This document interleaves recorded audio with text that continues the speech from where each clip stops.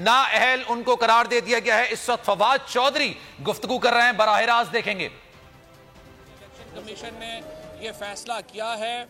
ये election commission के जो करतूत हैं ये इतने महीनों से सामने थे, उसके ऐन मुताबिक है। हमें इनसे कभी भले की उम्मीद नहीं थी। अब एग्जैक्टली इलेक्शन कमीशन ने वही किया है जो हमें इनसे उम्मीद थी।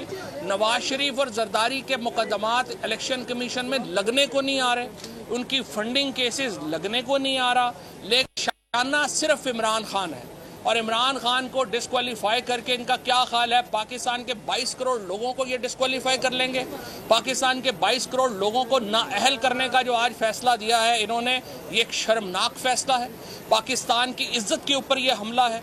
ये इमरान खान के ऊपर हमला नहीं है, ये पाकिस्तान के आइन के ऊपर हमला है, पाकिस्तान के कानून के ऊपर हमला है, पाकिस्तान के इदारों के ऊपर हमला है और पाकिस्तान के अवाम के मुंह के ऊपर ये तमांचा मारा गया है। अभी एक हफ्ता पहले इमरान खान जो है वो 2/3 अक्सरियत से जो सीटें हैं वो जीत के वापस आ रहा है। पंजाब के इलेक्शन होते हैं, 2/3 मेजॉरिटी से इमरान खान वापस आ रहा है। तुम लोग होते कौन हो ये फैसला करने वाले? और जिस तरीके से ये फैसला हुआ है, इलेक्शन कमिश्नर और जो उनके मेंबरान हैं, हम पहले ये कह रहे हैं वो अहल नहीं है इन ओहदों के ऊपर बरकरार रहने के। मैं अवाम से अपील करता हूँ अपने हक के लिए बाहर निकलें। ये पीटीआई का मसला नहीं है, ये इमरान खान का मसला नहीं है, ये पाकिस्तान के 22 करोड़ लोगों के मुंह के ऊपर ये तमांचा है जो आज इस बदकिरदार इलेक्शन कमिश्नर ने और उसके मेंबरान ने मारा है। ये पाकिस्तान के 22 करोड़ लोगों को जूता मारा गया है आज ये फैसला सुना के। और मैं पाकिस्तान के अवाम से कहता हूँ, पाकिस्तान के लोगों से कहता हूँ, अपने हक के लिए बाहर निकले।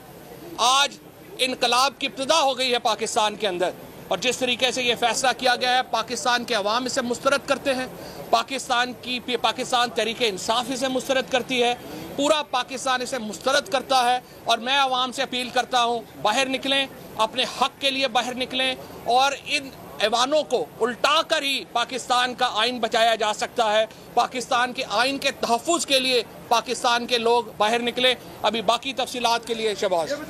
देखिए, 2 चीज़ें मैं आपके सामने रखूं। एक तो आज जो फैसला दिया है बुनियादी तौर पर वो नवाज, एक सेकंड ना सर, एक सेकंड ना, मुझे बात तो कर लें। एक बात आपके सामने मैं रख दूं कि आज ये जो फैसला दिया है ये नवाज शरीफ साहब के एक ज़ाती मुलाजिम ने दिया है। नवाज शरीफ ने ये फैसला लिखा है और उनके ज़ाती मुलाजिम ने साइन करके यहाँ पर अनाउंस किया है।